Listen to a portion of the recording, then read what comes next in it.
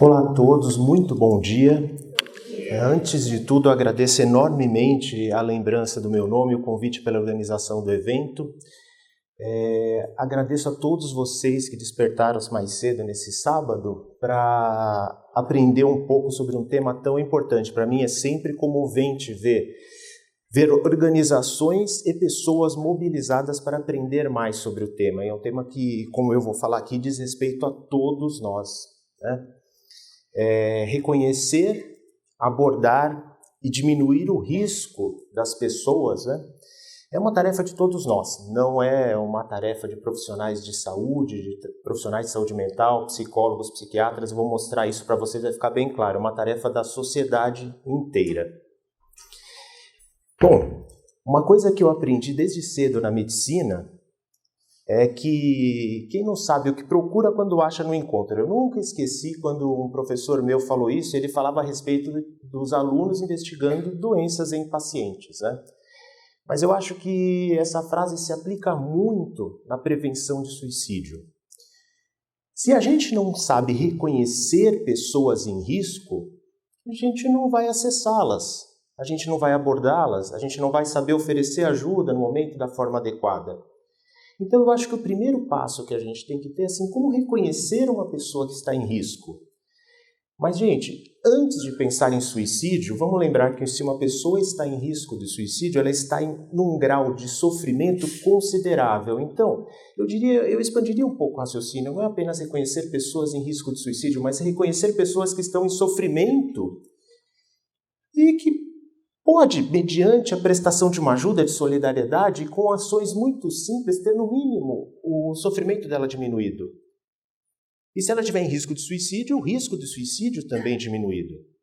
Não é? Qual é o principal fator de risco disparado para suicídio? Qual é o principal fator de risco? O principal fator, vamos dizer assim, algo que liga todos os outros fatores de risco para suicídio. Parece que até hoje todos os dados apontam para isso, inequivocadamente a presença de um transtorno psiquiátrico, né? 90% das pessoas que tentam ou cometem suicídio têm um transtorno psiquiátrico. Há pesquisadores que chegam a números maiores, 95%, e há pesquisadores que falam que virtualmente todas as pessoas, né, que tentam ou cometem, pensam suicídio, estão acometidas com algum grau de algum transtorno psiquiátrico. As exceções seriam casos assim tão singulares que não seriam motivo de uma palestra como essa, abordados numa palestra como essa. Seriam casos muito singulares, né? O que Durkheim, na obra O Suicídio dele, chamava de, por exemplo, suicídio altruísta. Por exemplo, um pai ou uma mãe que se coloca numa situação de perigo para salvar um filho, por exemplo. Ou um caso que me comoveu demais, um bombeiro que pulou, né, no zoológico, no local onde ficavam as ariranhas, para salvar, não sei se vocês lembram desse caso, um caso da década, se não me engano, no início da década de 90, o bombeiro se suicidou para salvar uma criança que estava sendo atacada pelos bichos, né? Eu não estou falando disso, a gente está falando da esmagadora maioria dos casos que são associados a alguma doença psiquiátrica. Entre as doenças psiquiátricas, a depressão é a mais importante. Eu explico para vocês os motivos disso. Primeiro, depressão é uma doença muito prevalente. Em torno de 17% das pessoas ao longo da vida vai apresentar um episódio depressivo. Isso aí é dado bem sedimentado na cidade de São Paulo. 17% das pessoas. Ao longo de um ano, 5,5% das pessoas aproximadamente vai apresentar depressão. Então, nesse auditório aqui, de cada 100 pessoas, se a gente colocar no prazo de um ano, 5 vai apresentar depressão. Então, é uma doença extremamente prevalente. Depressão também é uma doença extremamente incapacitante. A doença que mais faz as pessoas viverem com incapacidade. Sim, a pessoa passa anos e anos vivendo incapaz. De todas as doenças da medicina, a mais importante é a depressão. Mesmo pensando em mortalidade, depressão é uma doença importante? Absolutamente. De todas as doenças da medicina, a depressão é a segunda causa de incapacidade mais mortalidade. Então, se a gente somar os anos que a pessoa deixa de viver com os anos que a pessoa vive incapaz, depressão é a segunda causa no mundo de morte e mortalidade, perdendo apenas para as doenças cardiovasculares. E depressão mata como? Mata por aumento da mortalidade das doenças cardiovasculares, então uma pessoa em depressão morre mais por causas cardiovasculares, e mata também por suicídio. Por isso que não é exagero nenhum a gente dizer que depressão é uma doença que mata. Só para complementar a informação, entre as 10 doenças mais incapacitantes da medicina inteira, há outras doenças psiquiátricas, como a esquizofrenia, o transtorno bipolar, nos homens, o abuso de álcool, e nas mulheres, o Alzheimer. Mulheres vivem mais e acabam vivendo mais incapacitadas com Alzheimer, né? Alzheimer acomete tanto homens quanto mulheres. Então, isso para vocês terem uma ideia das doenças mentais, o quanto elas afetam a incapacidade do ser humano. Entre as 10 doenças mais incapacitantes, nós temos várias doenças psiquiátricas. Muito bem, há outras doenças associadas ao risco de suicídio, ou aumento do risco de suicídio? Sim. Por exemplo, o transtorno bipolar. Mas quando a gente vai ver assim, olha, o transtorno bipolar tem várias fases da doença. Quando a pessoa tenta o suicídio, em que fase ela está? Ela está na fase depressiva. Nenhum paciente vai pensar ou tentar o suicídio quando ele está eufórico, com bem-estar, seja um bem-estar mais pouco acima do normal ou muito acima do normal, quando ele está se sentindo produtivo, com muita energia, dormindo pouco, se sentindo bem. Não é nessa fase que ele vai pensar em suicídio. Ele vai pensar em suicídio quando ele está numa fase depressiva. Ou, no mínimo, quando os sintomas se misturam. Quando misturam os sintomas da agitação com os sintomas da depressão. Ou seja, então, no transtorno bipolar, a fase depressiva também é o mais importante. Pessoas usuárias de drogas. Pessoas que abusam de drogas, têm algum transtorno relacionado às drogas ou álcool, lembrando que álcool é droga, né? Essas pessoas têm um risco aumentado também. E, sobretudo, uma pessoa que já tenha algum outro transtorno, depressão ou transtorno bipolar, e abusa de drogas, o risco multiplica-se. Então, o uso de drogas é um fator de risco isolado e também é um fator de risco somado a outras doenças. Mas eu volto a falar uma coisa. Um usuário, por exemplo, de estimulantes, de cocaína, ele não vai pensar o suicídio enquanto ele está se divertindo numa rave, né, usando estimulantes. Ele vai pensar no suicídio quando ele está numa fase depressiva também. Esquizofrenia. Esquizofrenia é uma doença muito importante em psiquiatria. Também está associada ao risco de suicídio. Mas mesmo no esquizofrênico, que tem delírios e alucinações, parece que é muito menos quando ele está tendo os delírios dele e é muito mais quando ele está depressivo que ele vai pensar em suicídio. Onde eu quero chegar com tudo isso? A gente não pode dissociar a palavra depressão de suicídio. De modo que muito do que eu vou falar daqui para frente aqui nessa palestra vale para depressão / suicídio. Se aumentar, por exemplo, o índice, a taxa de depressão numa comunidade, vai aumentar a taxa de suicídio. Então a gente não pode dissociar essas duas palestras. Essas duas palavras. A gente não pode dissociar essas duas palavras. E eu falo isso porque eu já vi manchetes na mídia dizendo assim, olha, nem sempre o suicídio está associado à depressão.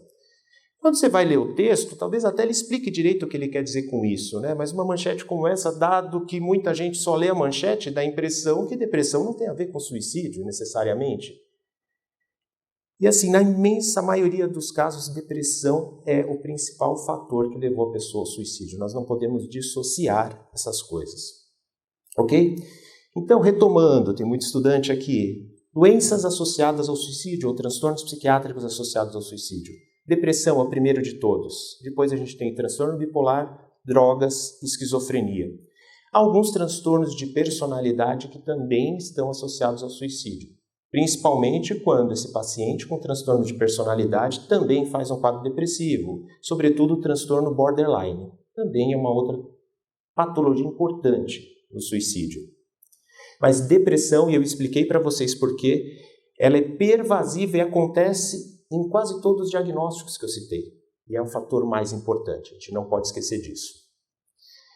Agora, diante de uma pessoa em depressão, quais seriam os fatores que colocariam ela num risco maior?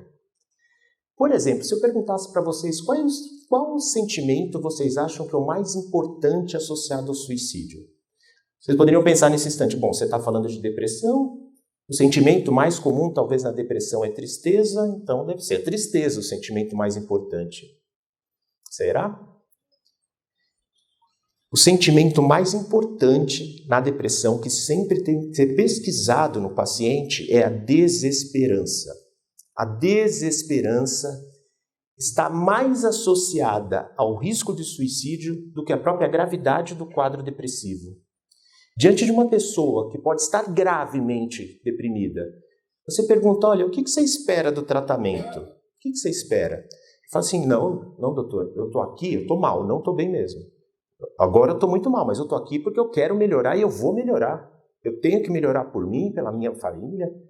Eu tenho que seguir minha vida. Esse paciente está nutrindo esperança. Apesar de estar grave, ele está mais protegido contra suicídio do que, às vezes, um quadro crônico, arrastado, leve de depressão, mas que o paciente já perdeu a esperança de ter uma vida boa, feliz e normal. Então, desesperança é um sentimento que sempre tem que ser pesquisado. É o mais importante. Quando a gente vai fazer aqueles estudos de revisão, a desesperança multiplica o risco de suicídio num paciente que está deprimido.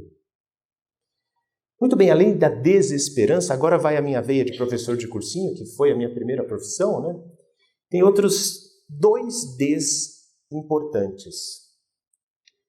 Um deles é desamparo.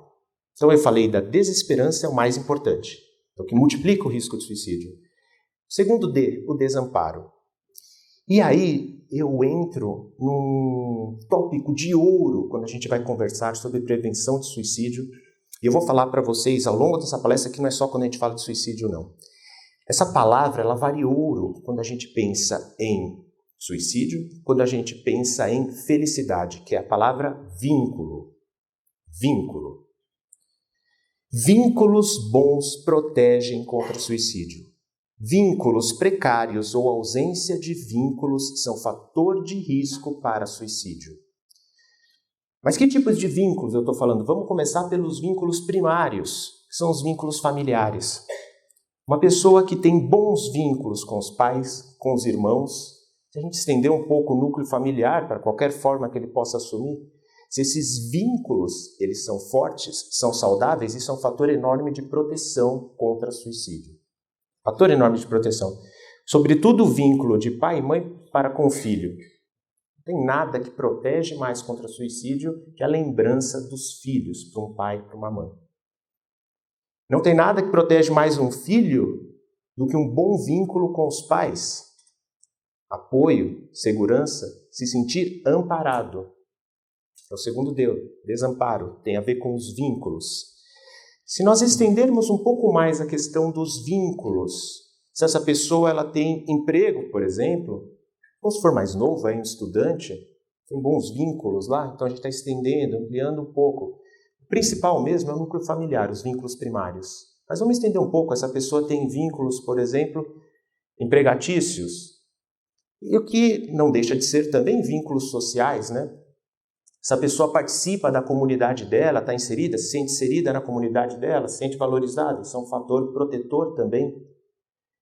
Ela participa lá da comunidade da igreja, por exemplo, vínculo religioso e também vínculo social, isso também é fator protetor. Quanto mais vínculos saudáveis a pessoa nutre, mais protegida ela está contra suicídio.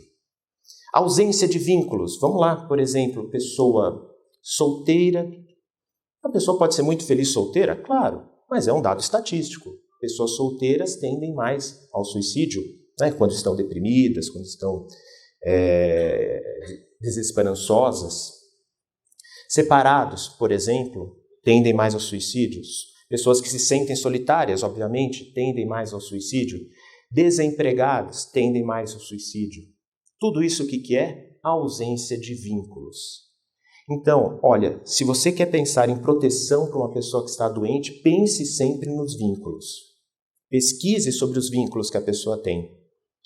Entre os meus pacientes, quando eu vejo algum risco de suicídio, os pacientes para os quais eu me detenho mais em atenção são os pacientes que têm poucos vínculos.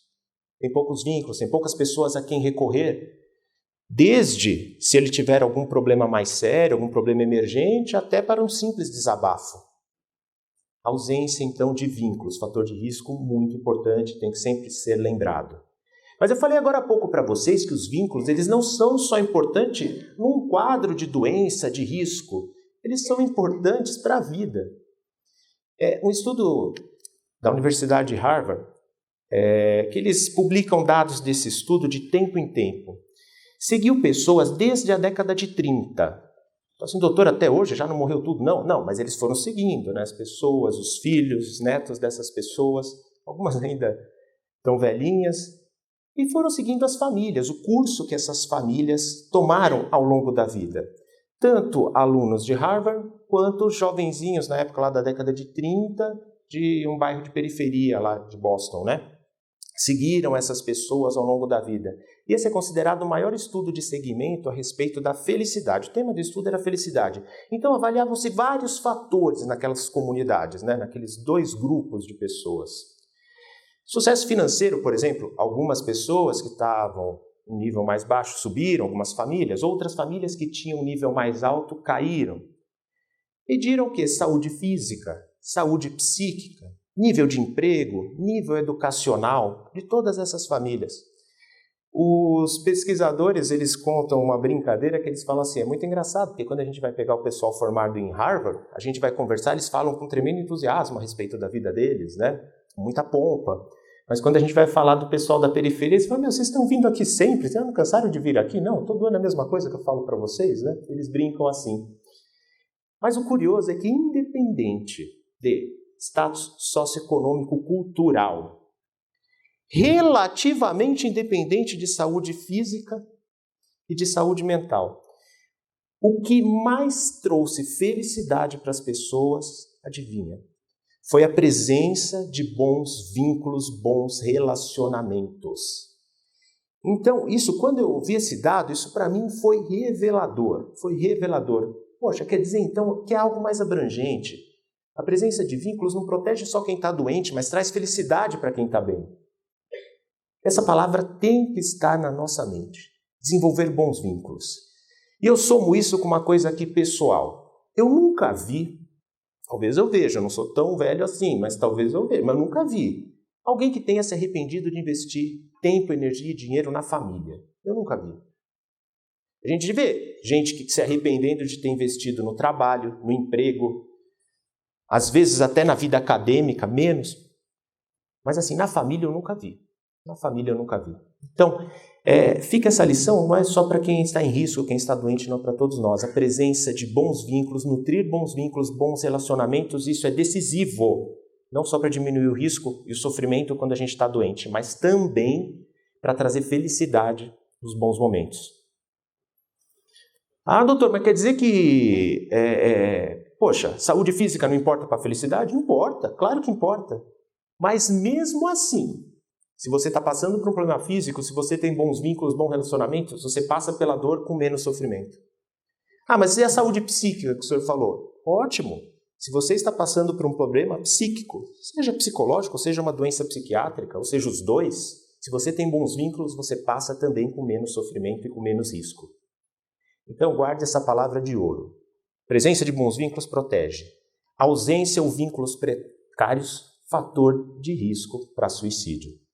Esses fatores, gente, eles são tão sólidos que desde a obra O Suicídio do Durkheim, né, que é uma obra que fundou a sociologia e talvez também seja a primeira obra assim, que abordou fatores de risco para o suicídio, desde aquela época ele já sabia que pessoas solteiras, desempregadas, com vínculos precários tinham maior risco de suicídio. O que faltou na obra dele, é claro que a gente tem hoje o estudo da psicopatologia, a epidemiologia dos transtornos mentais, que trouxe, o que eu falei, o ponto central, né, o ponto que une todos os fatores de risco, que é a presença do transtorno psiquiátrico. Ok? O que eu conversei com vocês, então? Os principais fatores de risco para suicídio. Muito bem, muita gente tem dificuldade de como abordar. Tem um tipo de comportamento que é até mesmo evitativo. Eu já ouvi de pessoas que falam assim, olha, eu vi uma pessoa em risco, né? Mas eu não sabia como abordar, por isso eu não fui conversar com ela. Ou até mais do que isso, né? A pessoa tem medo de pesquisar o risco de suicídio por causa que não vai saber abordar. Então, assim, se eu souber, eu não vou abordar. Então, eu não vou saber abordar. Então, o que eu faço? Eu não pesquiso. É algo mais ou menos como aquelas crianças, né, que escondem a cara atrás da cortina achando que não vai ser encontrada por causa disso, né? Ou como um paciente meu que parou de tomar um remédio. Eu falei, mas por que você parou? Não, doutora, que remédio é coisa de doente. Não, tudo bem, quem está doente toma remédio, mas o que você quer dizer com isso? Portanto, se eu não tomar remédio, quer dizer que eu não me sinto doente. Eu falo assim, poxa, mas é essa lógica, alguém que fala assim que vê um risco, não, é melhor eu não pesquisar sobre o risco de suicídio, porque se houver eu não vou saber abordar, então vamos nos preparar para abordar. E não é tão difícil, A professora falou que tem muitas pessoas que não são da faculdade aqui, que são pais, né? A maioria aqui são acadêmicos de psicologia, então eu estou falando da maioria com futuros profissionais, né? Psicólogo e médico são duas profissões que não param de estudar, então eu posso chamar vocês de colegas. Uma vez me falaram isso, né? Você está estudando medicina, Fernando? Você nunca vai parar de estudar. Então já se considere médico, né? Legalmente você ainda não pode atender, mas já se considere já dentro aí da comunidade médica. Então eu estou falando com colegas. A gente não tem o direito de não se preparar para abordar. A gente pode ter a nossa insegurança, a gente tem que ter o nosso preparo, tem que ter o nosso treino, mas nós não podemos nos dar o direito de não nos preparar. Mas assim, e quem aqui não é profissional? Quem aqui não é... Poxa, eu nunca vou abordar um paciente no contexto clínico. Ainda assim, a questão do suicídio diz respeito a você. Eu vou mostrar isso para vocês nesse próximo slide, ó. Esses dados aqui são brasileiros, da cidade de Campinas, e eles mostram o quê? Que de cada 100 habitantes, 17 pode ter um pensamento suicida, e desses 17, 5 vão ter um plano, 3 podem ter uma tentativa, e apenas 1 é atendido em pronto-socorro. Então, olha lá, de cada 17 pessoas que têm um pensamento depressivo, apenas 1 é atendida em pronto-socorro. E atendida em pronto-socorro geral. Não quer dizer que teve contato com um profissional de saúde mental. Por mais que nós nos preparemos, e devemos nos preparar, no máximo, na melhor das hipóteses, nós alcançamos só a ponta do iceberg. A gente tem que estar preparado para isso. Agora, e esses outros 17, de 1 que a gente conseguiu ter acesso? Esses outros 17 que estão pensando em suicídio precisam ser alcançados de alguma forma. Por isso que é um papel da sociedade. Nem tudo em saúde tem que depender dos profissionais de saúde mental, né? Nem tudo em saúde psíquica tem que depender da gente. A gente tem que estar preparado para reconhecer o risco. Eu falei para vocês alguns fatores aqui, né? Falei a presença de um transtorno psiquiátrico, sobretudo a depressão. Falei para vocês que os sintomas depressivos podem aparecer em diversos contextos, em outras doenças, como transtorno bipolar, esquizofrenia, uso de drogas ou transtorno de personalidade borderline.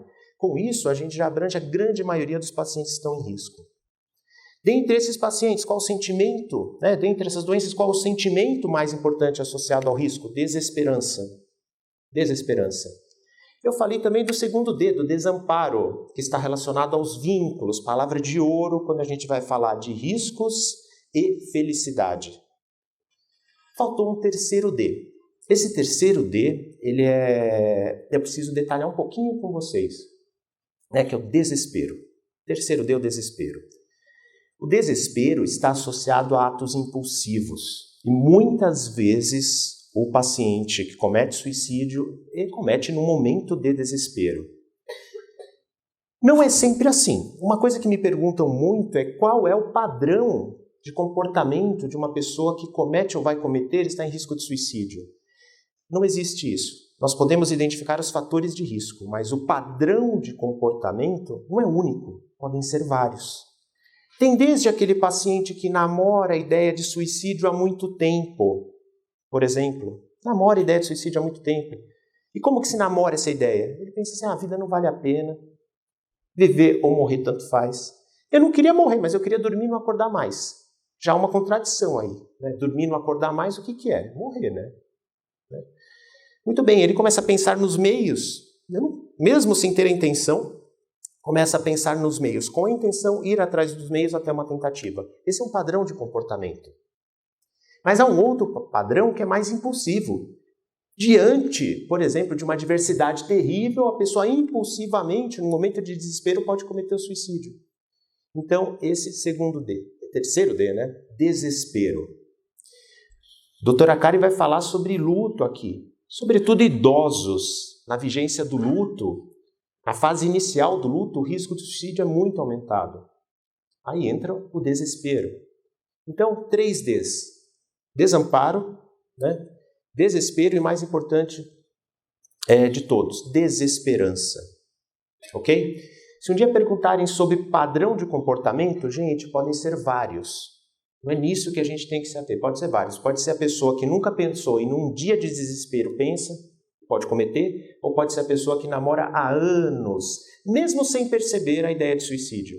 Alguém muito cansado da vida, alguém que acha que a vida não vale a pena, alguém que queria dormir e não acordar mais. Essa pessoa está namorando a ideia, mesmo que não perceba. Sobre isso, eu gosto de falar uma coisa. A gente ouve por aí opiniões muito bizarras. Sabia que tem gente que trata tentativas de suicídio como fator protetor contra suicídio? O pessoal franze a testa, olha para mim, o que você quer dizer com isso? Eu vou falar uma coisa, você vai reconhecer fácil agora. Não, essa pessoa já tentou muitas vezes, isso é só para chamar atenção. Não se preocupa, não vai cometer. Não, isso não vale. Isso não vale aqui. Sabe aquele ditado de cão que ladra não morde? Não vale aqui.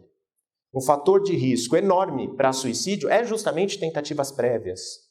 É um padrão mais comum em moças, por exemplo. Moças, adolescentes, as tentativas prévias antes de uma tentativa concretizada. Já os moços, os rapazes, em geral as tentativas têm um grau mais alto de letalidade. É triste, né? Em idosos também, precisamos tomar cuidado. Idoso não brinca. Idoso, o grau de letalidade do método normalmente é muito grande. Então, há uma série de padrões que podem acontecer. E quando eu falei para vocês que a gente ouve coisa bizarra, mas a gente está tão anestesiado do nosso ouvido que a gente não se dá conta o quanto bizarro é. A pessoa fala que a tentativa de suicídio é um fator protetor contra suicídio. E a gente acaba engolindo o discurso desse, às vezes, se a gente não parar para pensar direito. Não é? A gente acaba engolindo um discurso desse. Muito bem. A pergunta que alguns podem estar se fazendo, tudo bem, se eu reconhecer pessoas, de acordo com o que você está falando em risco, o que eu posso fazer? Olha, aí o pessoal do CVV já ensina a gente há quantos anos? Mais de 50, né? 56 anos já ensina a gente. O que de primeiro você pode fazer para uma pessoa que está em risco? Mas não só para uma pessoa que está em risco, para qualquer pessoa que está em sofrimento. Ouvir.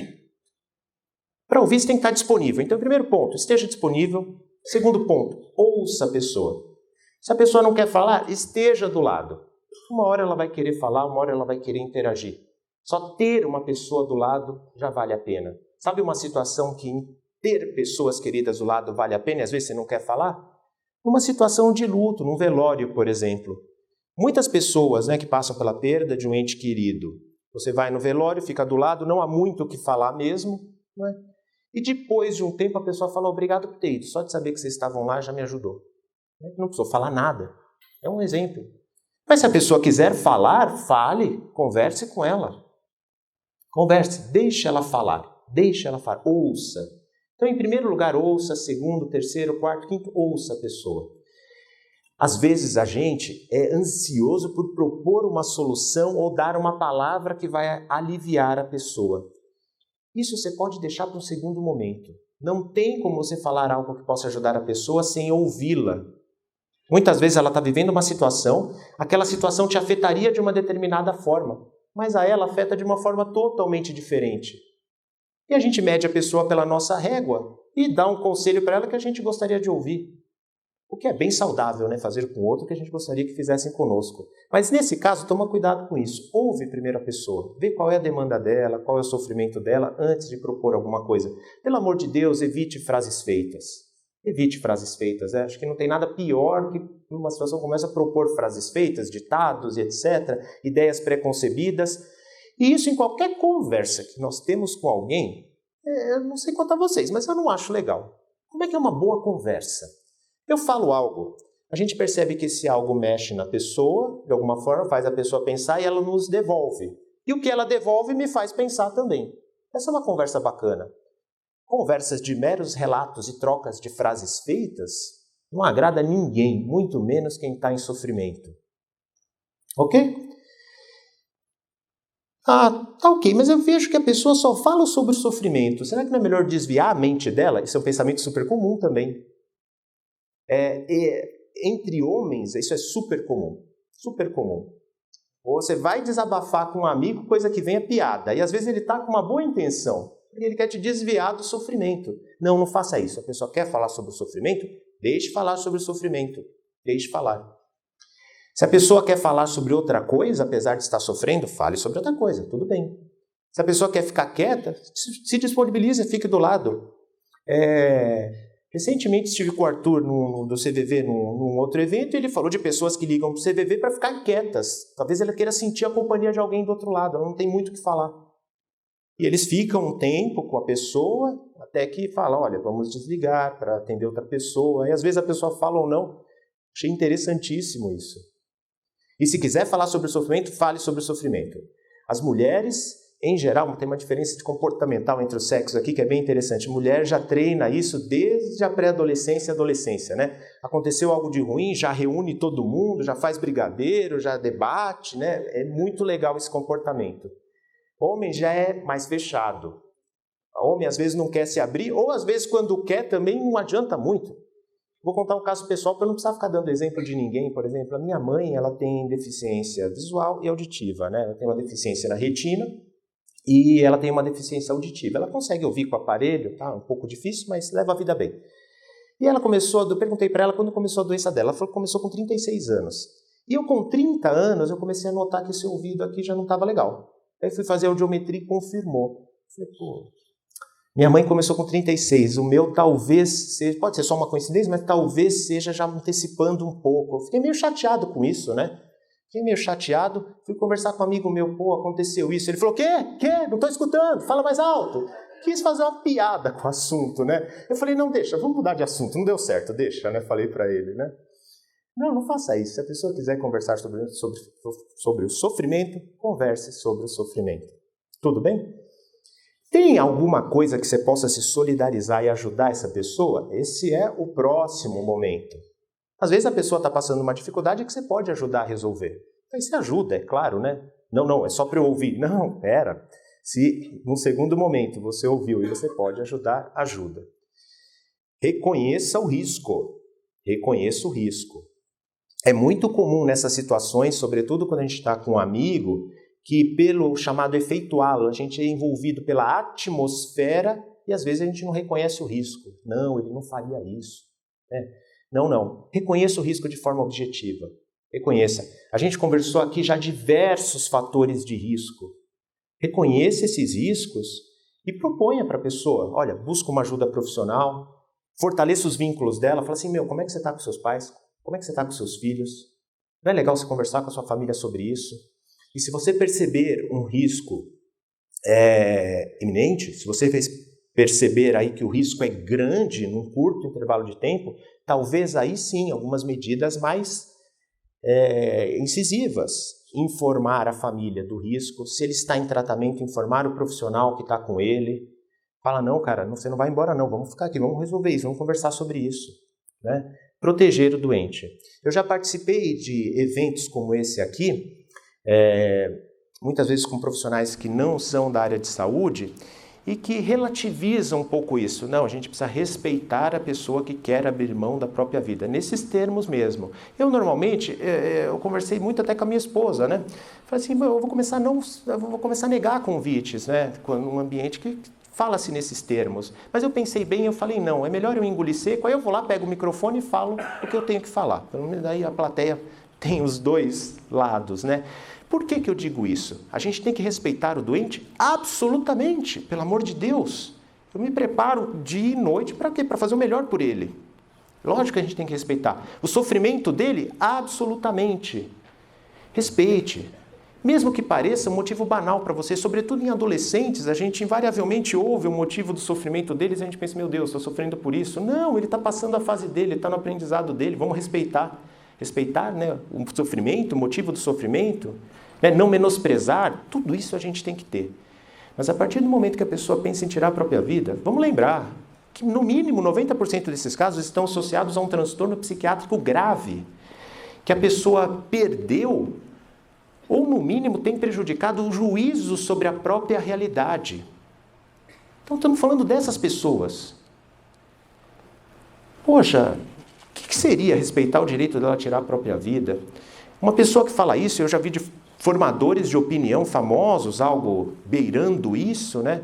Eu fico imaginando assim, poxa, se fosse um filho dele, uma filha, o pai ou a mãe dele pensando assim, eu garanto que a abordagem dele seria um pouco diferente.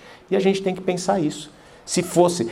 Quando eu estou com o paciente, eu penso assim, e muitas vezes o paciente quer tomar uma atitude diferente da que eu recomendo, e eu uso até esses termos, olha, dependendo da idade eu falo, se você fosse minha mãe, se você fosse minha filha, meu filho, eu faria assim, eu te recomendaria fazer assim, sabe? Vamos nos colocar no lugar do outro, né? Vamos ter empatia, demonstrar empatia. Aliás, na comunicação que você tem que ter com o paciente de sofrimento, o que ele quer, o que ele precisa é que você ouça e demonstre empatia. Se você tem uma solução, é secundária, e muitas vezes ele nem quer solução, ou muitas vezes não existe a solução. No luto, por exemplo, não existe uma solução. Ouça, demonstre empatia, mostre solidariedade. Todos nós podemos fazer isso. E reconhecendo o risco, aí sim temos que ser um pouco mais incisivos. Se recomendar buscar ajuda, ou se o risco for muito grave e imediato, ser mais incisivo ainda. Ok? Gente, tudo que eu falei para vocês está aqui. Tem manuais que vocês podem baixar, tem esse aqui da Organização Mundial de Saúde, é muito bom. Tem manuais em português brasileiros, muito bom, dirigido a profissionais de saúde mental, profissionais da atenção básica. Esse livro aqui é sobre transtorno bipolar. Assim, eu recomendo por quê? Porque nele tem recomendações de como lidar com o risco de suicídio. Esse livro está para baixar gratuito em PDF no site do nosso grupo, que é progruda.com, você pode baixar. Se você quiser adquirir, tem esse que nós mesmos fizemos, Aprendendo a Viver com Transtorno Bipolar. E por que eu estou colocando esse de transtorno bipolar? Gente, os livros educativos sobre transtorno bipolar sempre trazem material sobre suicídio. Porque eu falei que depressão é a doença mais associada ao suicídio, mas aquela que dá maior risco é o bipolar. Só que, felizmente, são menos pessoas, né, que têm transtorno bipolar. Mas se pensar das doenças, a que dá mais risco é o transtorno bipolar. Então, manuais educativos sobre transtorno bipolar sempre trazem um capítulo. Desse livro, o capítulo sobre suicídio foi eu mesmo que escrevi. Então, é um bom material também.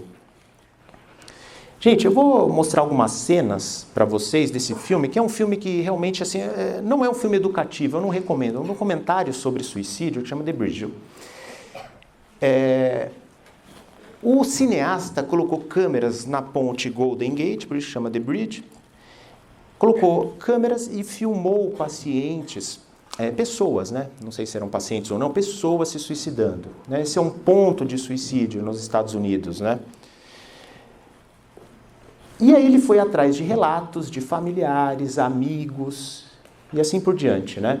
Eu não recomendo porque não é um vídeo focado em prevenção. É um documentário que relata sobre o suicídio, né? Há outros materiais muito mais interessantes, focados em prevenção. Mas eu uso como exemplo das coisas que eu falei. Ele me magoou, eu nunca esperei que ele fizesse isso, ele está falando de um melhor amigo. Melhor amigo, contato íntimo, diário, não reconheceu o risco. Não era problema deles. Uma mulher veio até mim. Perguntou, pode tirar uma foto? Esse garoto aqui, ele já estava chorando, se preparando para jogar, sentado no beiral, se preparando para jogar. E aí ela falou, e o garoto bonzinho, esse garoto aqui tem relatos dele, é um garoto super simpático. Ele falou assim, olha, eu sei que não era problema deles, mas ela veio e pediu para eu tirar uma foto. Eu estava chorando, já me preparando para jogar da ponte, né? A gente não se atenta para isso no dia a dia, e nós temos que estar atento, né? Esse garoto é um dos raros casos de pessoas que se jogaram da ponte Golden Gate e sobreviveram. Ele falou que no meio do caminho se arrependeu e ele tentou fazer o possível para não morrer. E ele tentou cair de pé.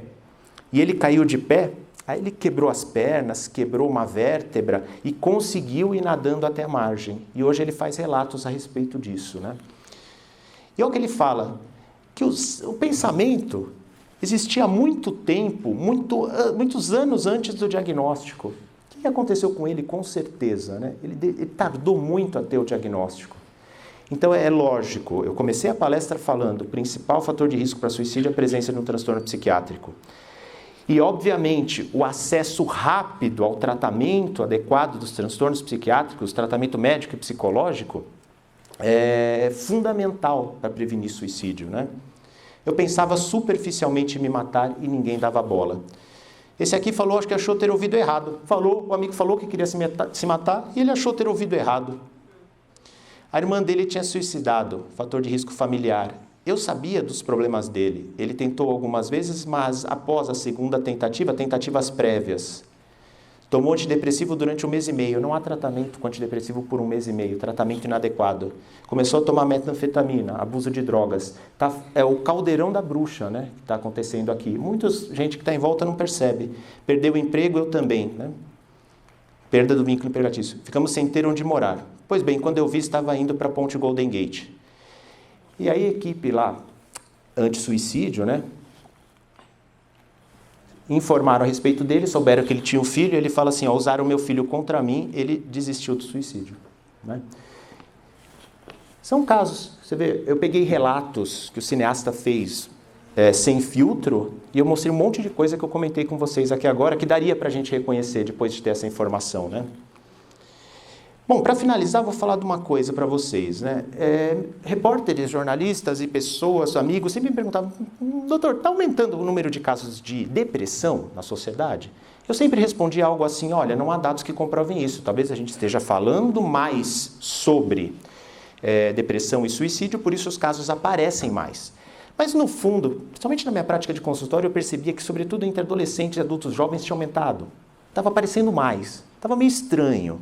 E eu falava assim, bom, ainda bem, estão vindo se tratar, era o que eu pensava.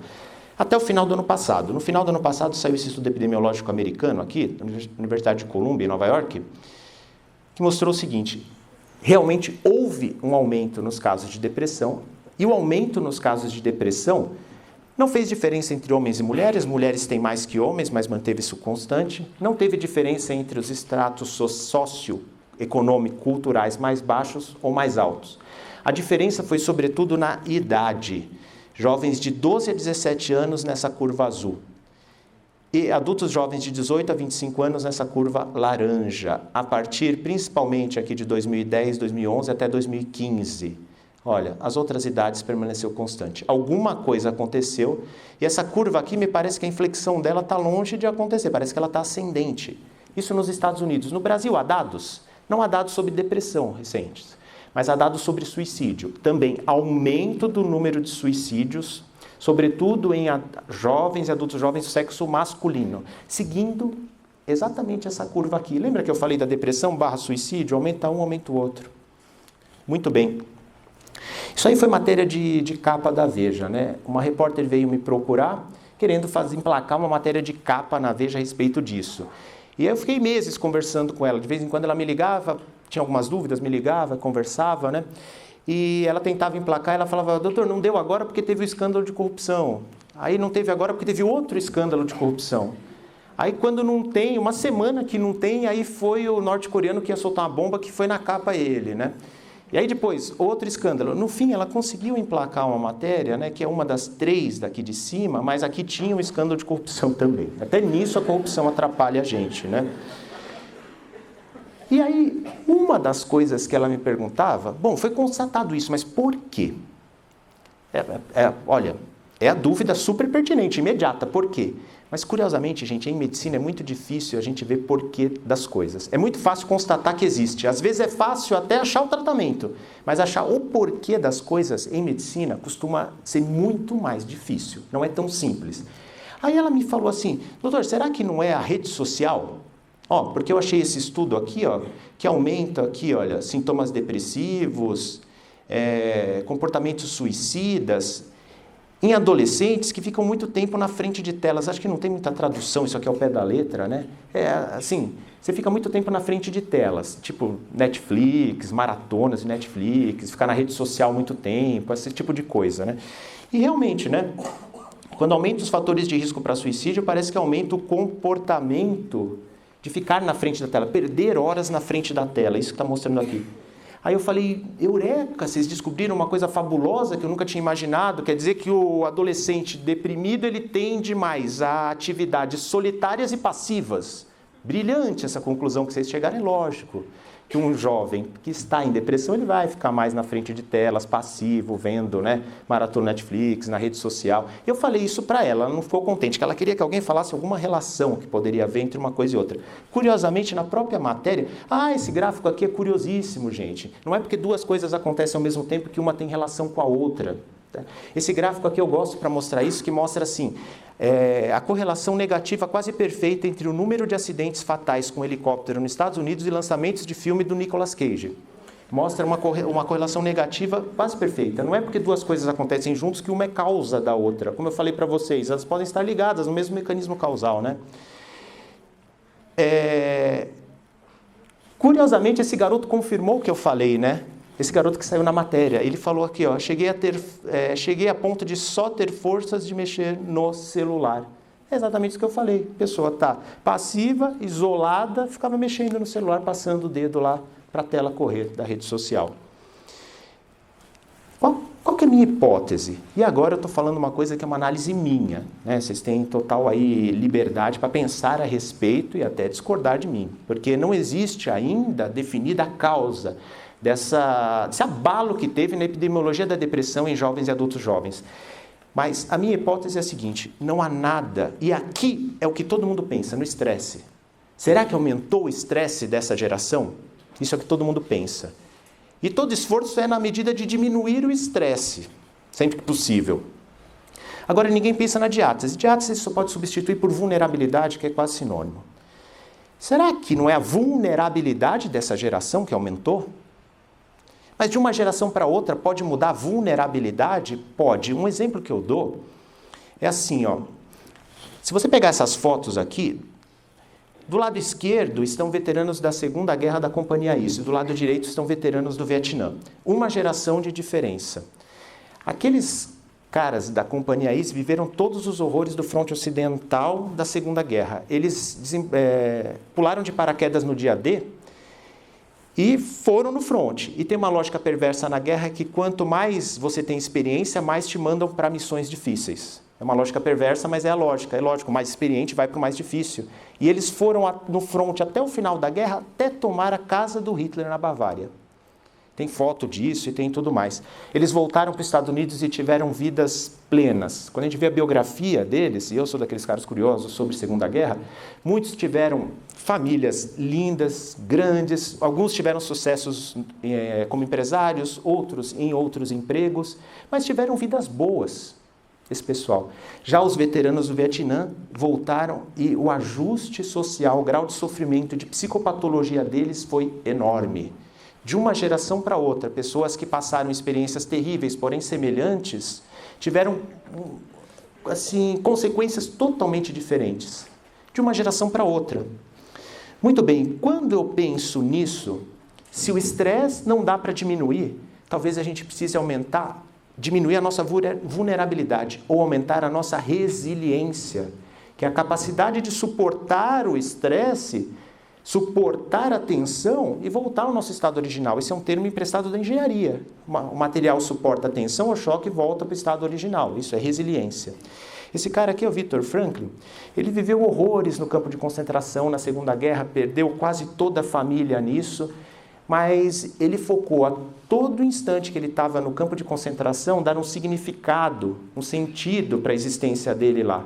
E ele falou que isso preservou a saúde mental dele. Tanto que ele saiu, em 9 dias que ele saiu do campo de concentração, e escreveu um livro, né? Em Busca do Sentido da Vida, que hoje ainda é referência em psicologia, né? Fundou uma modalidade de terapia que é a logoterapia. Se esse aqui focasse em baixar o estresse dele, ia ser completamente inútil. Ele focou naquele momento que pode ser o pior possível que um ser humano pode passar, ele focou em dar um sentido, em diminuir a vulnerabilidade dele, né? Bom, resiliência não é um traço, é um processo, e é um processo complexo. O ser humano ele tem uma biologia. Desde a concepção ele tem um DNA. E tem todo o desenvolvimento da biologia dele. Na inserção social ele tem os vínculos primários que vão ser marcantes para eles.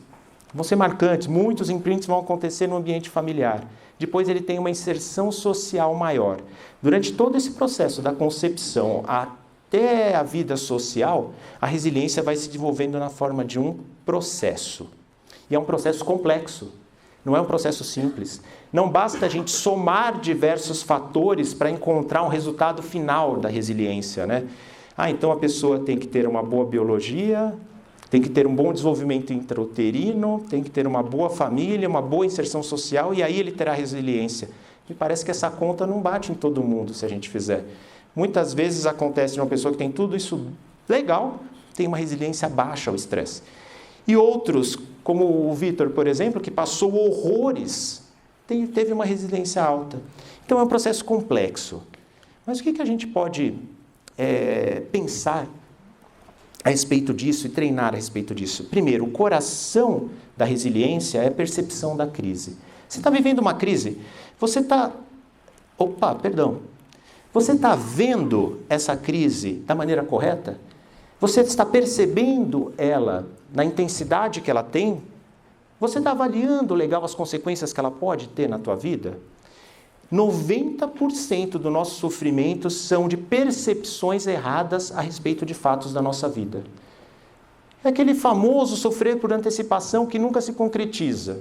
E a pessoa sofre por antecipação. Seja porque ela percebeu a crise maior do que ela é, ou seja porque ela não percebeu a finitude da crise. Diante de um problema que está te afetando, você consegue perceber a real dimensão dele? Isso é muito difícil às vezes. Ou você consegue perceber a finitude dele, que esse problema vai ter fim uma hora, seja agora, seja depois? Você consegue ter um olhar positivo a respeito do problema que está passando?